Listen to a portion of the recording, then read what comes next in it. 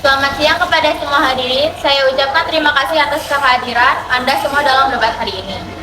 Saya, Cahya Okta Triyanti, akan menjadi moderator dalam debat ini. Dan saya akan memastikan jalan diskusi tetap teratur dan berimbang.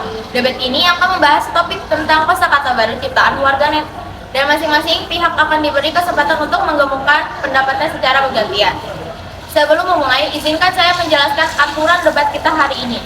Masing-masing pembicaraan akan diberikan waktu 2 menit untuk menyampaikan argumen utamakan mereka setelah semua pembicara menyampaikan pendapatnya.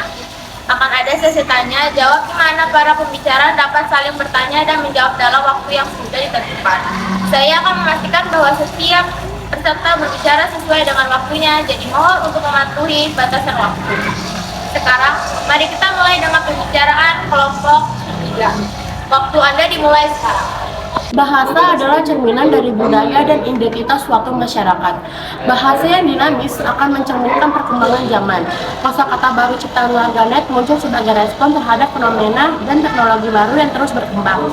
Kosakata baru memungkinkan warganet untuk mengekspresikan diri dengan lebih bebas dan kreatif, memperkaya khazanah bahasa Indonesia dan membuatnya semakin dinamis.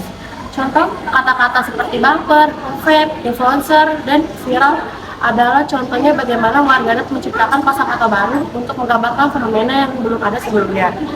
Kosakata baru seringkali menjadi cerminan tren dan fenomena yang sedang populer di kalangan masyarakat, seperti mendorong interaksi sosial, yaitu menjadi pemersatu bagi kelompok-kelompok tertentu dan mendorong interaksi sosial. Membentuk identitas generasi menjadi bagian dari identitas generasi muda. Contoh, kata-kata seperti nggak nyambung, alay, dan gabut adalah contoh bagaimana kosakata baru merefleksikan budaya populer di kalangan generasi muda. Sekarang kita pindah ke pendapat dari kelompok 4. Saya setuju. Pertama, banyak dari kosakata ini tidak memiliki makna yang jelas dan seringkali hanya digunakan untuk tujuan humor atau tren saat. Hal ini dapat menyebabkan kebingungan dalam komunikasi, terutama di kalangan generasi yang lebih tua atau mereka yang tidak terpapar budaya internet. Bagaimana pendapat kelompok 3? Apakah kalian ada tambahkan? Kami tetap pada pendapat kami. Bahasa adalah sesuatu yang hidup dan terus berkembang. Bahasa yang dinamis justru menunjukkan keberagaman dan kekayaan budaya. Penggunaan bahasa harus disesuaikan dengan situasi dan tujuan komunikasi. Kosakata baru ciptaan warganet adalah bukti nyata bahwa bahasa Indonesia adalah bahasa yang hidup dan terus berkembang. Kosakata baru juga memiliki peran penting dalam memperkaya khasanah bahasa Indonesia dan memfasilitasi komunikasi di era digital. Kita perlu menyambut positif perkembangan bahasa yang dinamis ini sambil tetap menjaga kelestarian bahasa Indonesia.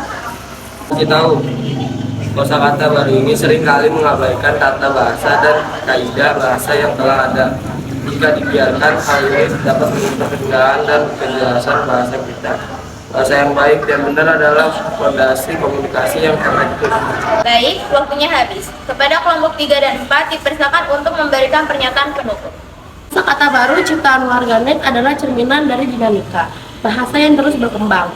Meskipun tidak semua kosakata baru perlu diakui secara resmi, namun perbedaan kosakata ini memiliki peran penting dalam memperkaya khazanah dalam bahasa Indonesia dan lokalitas komunikasi di era digital. Mari kita bersama-sama mendukung perkembangan bahasa Indonesia yang lebih baik dengan menghargai kreativitas warganet dalam menciptakan kosakata baru. Mari kita terus belajar dan mengembangkan bahasa Indonesia agar kita dapat berkomunikasi dengan lebih efektif dan efisien. Untuk kelompok 4, penggunaan kosakata baru ini dapat menciptakan kesenjangan antara kelompok yang mengikuti perkembangan dunia digital dan mereka yang tidak.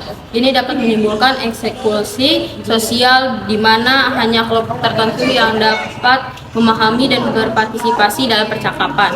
Oleh karena itu, meskipun inovasi dalam bahasa adalah hal yang wajar, kita harus tetap waspada dan kritis terhadap kosakata baru yang muncul. Mari kita jaga kualitas integritas bahasa kita.